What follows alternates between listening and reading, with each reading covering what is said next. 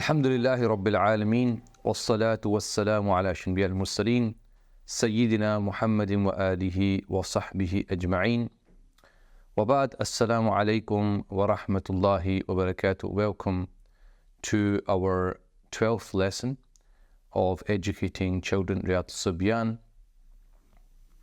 by Imam Ramli, and inshallah ta'ala we have now reached the point we were talking about in this chapter in Etiquette of Speech. So the author is now moving on to the importance of the etiquettes when it comes to speaking for a child and what we should be teaching them. He says, وَيَمْنَعُوهُ كَثْرَةَ الْكَلَامِ لِأَنَّهُ مِنْ عَادَةِ اللِّئَامِ.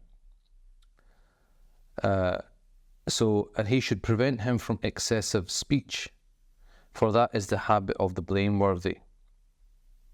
أيضا ومن أن يبتدي خطابا إلا أن يكون قوله جوابا. And that he does not initiate speech, rather his speech should be an answer. There's an obvious emphasis in Islamic texts about excessive speech. To be honest, anything which is excessive is not good. Kulu washrabu, eat and drink, wala tusrifu, don't be excessive. So excess in eating, excess in drinking, excess in anything, as you know, even when it comes to things, healthy things like exercise, sometimes people get addicted to it. But too much can then have wear and tear in the body, because the body's not designed for you to go to excess in anything. So excess in anything is not good, and excess in the tongue is no different. The tongue, they say that the tongue is it's small in size. جرمه صغير, but the crime that it can commit, the damage it can cause is very big. So even though it's a small limb, it can cause a lot of damage. وَجُرْمُهُ كَبِيرٌ جِرْمُهُ صَغِيرٌ وَجُرْمُهُ كَبِيرٌ. Its size is small, but its crime is great.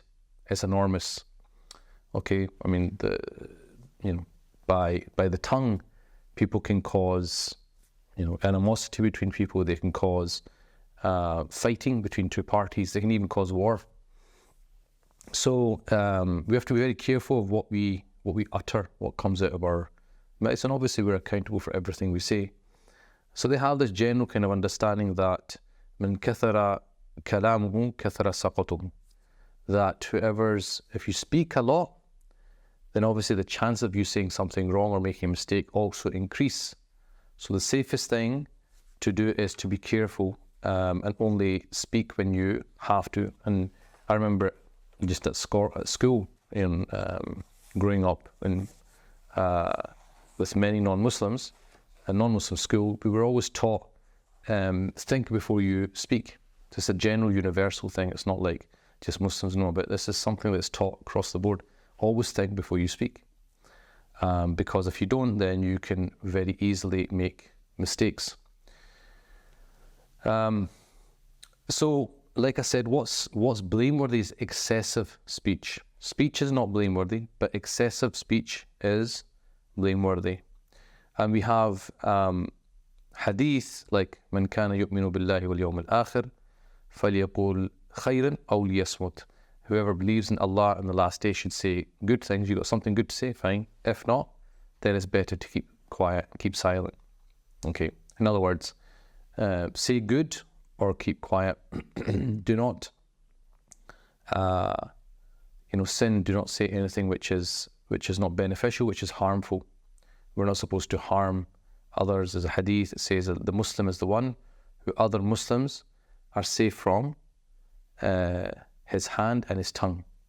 Min yadihi wa lisani, right? His hand and his tongue. So we're supposed to be good. At the least, you're not harmful to other people. And then this other hadith like man samata naja, very simple, short.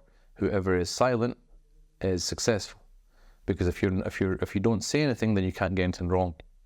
Now that doesn't we shouldn't understand that to mean that we should go around being mutes or teach our children to be mutes, because if you look at the Prophet sallallahu alaihi wasallam, he did speak. He spoke when he had to speak. He spoke when it was beneficial to speak. If you look at the Sahaba, it's very similar. And so therefore, it's not a matter of that you should teach your children to be always silent. No, there are times when you should speak. We should teach our children to speak up for the truth. When the truth has to be said, you speak up. You don't remain silent. That's cowardly. But it's important that they need to understand that they should be careful of what they utter, that words have repercussions. And that's why Rumi, I might have said this before, but Rumi has a very interesting, very simple formula. He says, before you speak, ask yourself, is it true? Is it necessary? And is it kind? And if you can't answer yes to all three, don't say it. Is it true? What I'm about to say, is it true? Is it necessary? Do I need to say it? And if I need to say it, is it kind? Have I said it in a kind way? Sometimes it is necessary to say it. It is true to say it. But the way we say it is not kind. It's very abrupt. It's very condescending, etc. So it has to be with all those three criteria. And if those criteria are there, then children should be allowed to speak. They should be allowed to say what's on their mind. However, they ask themselves, is it true? Is it necessary? Is it kind? So, again, this is about not letting just children just, and also like when they see bad examples, just people talking and saying all sorts of things.